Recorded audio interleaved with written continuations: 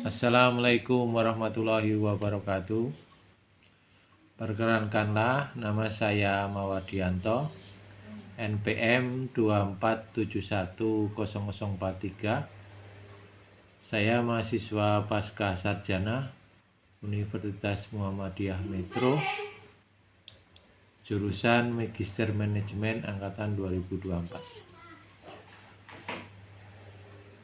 Di sini saya akan membuat video untuk salah satu tugas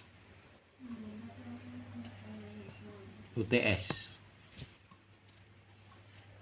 Saya ingin memaparkan kembali dua ide utama yang menjadi kerangka berpikir dalam investasi modern, yaitu bagaimana resiko dan retur saling mempengaruhi, serta bagaimana diverifikasi menjadi alat utama untuk mengontrol resiko tanpa mematikan peluang keuntungan.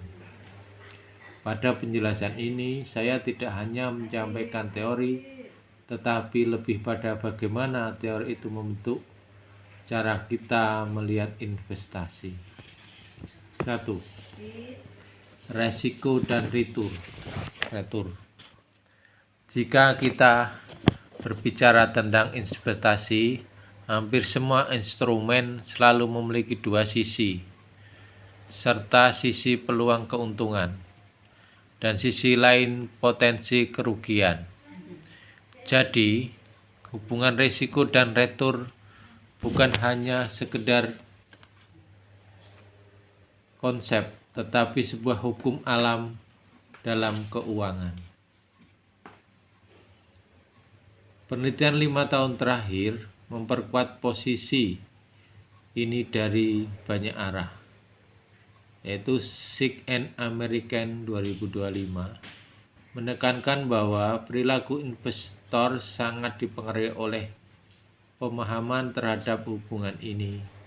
Investor yang memahami bahwa risiko ada elemen yang melekat pada retur akan lebih berkepala dingin dalam membuat keputusan, terutama saat pasar sedang bergerak liar.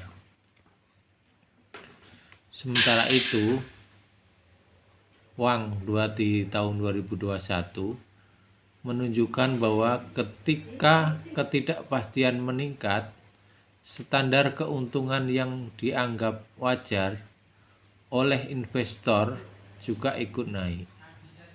Dengan kata lain, resiko yang lebih tinggi menuntut imbal hasil yang lebih besar. Ini bukan pilihan, tetapi reaksi alami pasar. Lalu Kim and Park 2022 menguraikan bahwa resiko yang berasal dari kondisi makro, resiko yang tidak bisa kita kontrol, justru menjadi faktor terbesar penentu retur. Hal ini membuat investor harus mempertimbangkan kondisi ekonomi luas, bukan hanya karakteristik aset itu sendiri. Selanjutnya, Rahman Entala 2023 menegaskan bahwa aset berisiko tinggi memiliki kompetensi wajib berupa retur tambahan atau sering disebut risk premium. Tanpa premium ini, investor tidak tertarik mengambil risiko tersebut. Terakhir, menurut Chen and Lin 2022, hubungan resiko retur semakin menguat saat dunia berada dalam situasi yang tidak stabil. Investor menjadi sangat kalkulatif dan pasar hanya bergerak jika ada kompensasi yang masuk akal. Intinya, retur tidak muncul begitu saja. Ia dibayar dengan resiko. Faktor-faktornya yaitu resiko tidak muncul secara seragam Setiap aset memiliki dinamika yang membuat tingkat resikonya unik.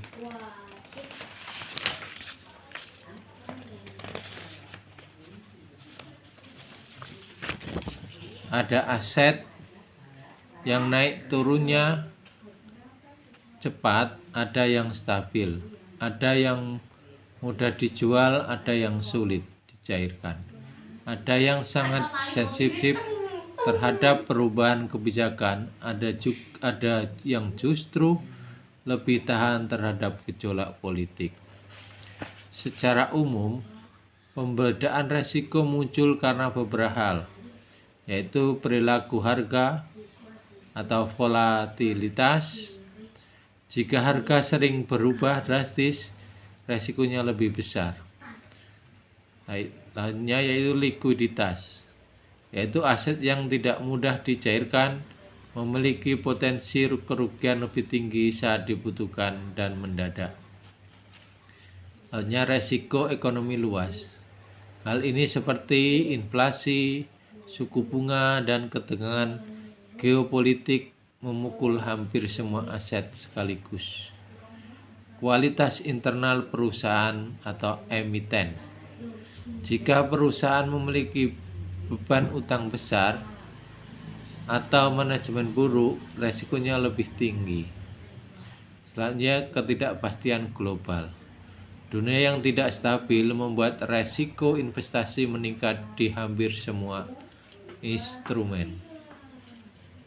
Karena resiko datang dari berbagai sumber, maka kita membutuhkan pendekatan yang tidak mengandalkan satu instrumen saja. 2. Diversifikasi.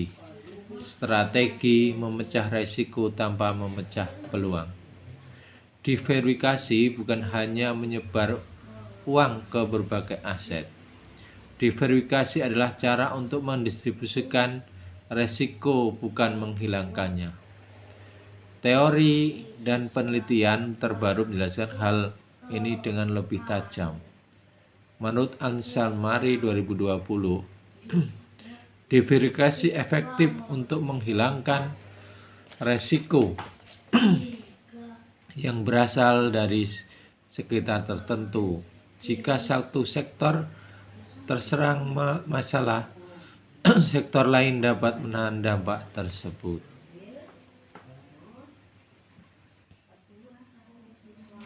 Rossi and Timmerman 2022 menekankan bahwa diversifikasi tidak akan berhasil jika aset yang terpilih bergerak searah. Semakin rendah korelasi antar aset, semakin besar manfaat diversifikasi. Kemudian Lee and Park 2023 menemukan bahwa diversifikasi lintas negara lebih efektif dibandingkan hanya fokus pada pasar dalam negeri. Perbedaan ini siklus ekonomi negara memberi perlindungan alami.